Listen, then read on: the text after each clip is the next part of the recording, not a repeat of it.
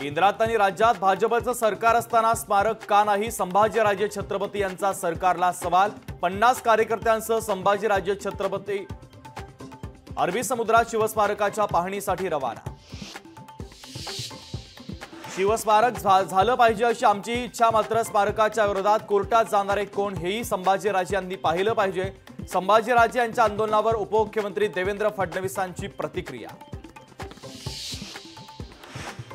मुख्यमंत्री शिंदे यांच्याकडून चेंबूरमधील आगीची पाहणी। आगीमध्ये मृत्यू झालेल्यांच्या कुटुंबाला मुख्यमंत्र्यांकडून 5 लाखांची मदत जाहीर।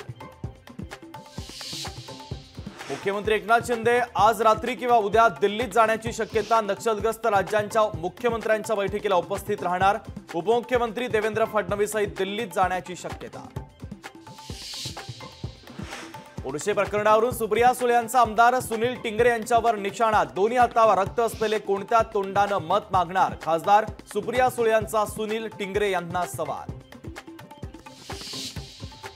अनिल देशमुखांचा मुलगा विधानसभेसाठी इच्छुक। सलील देशमुख निवडणुकीच्या मैदानात उतरणार। इच्छुक उमेदवार म्हणून दिली मुलाखत।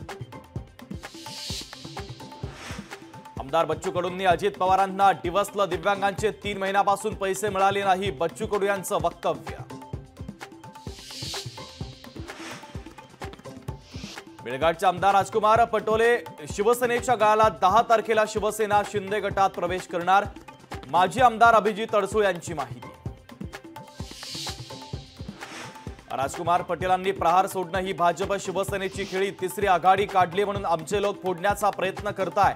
आमदार बच्चू कडूंचा भाजप आणि शिवसेनेवर निशाणा। उपमुख्यमंत्री देवेंद्र फडणवीस 2 दिवस सोलापूरच्या दौऱ्यावर। सोलापुरातील विधानसभा मतदारसंघाचा घेणार आढावा।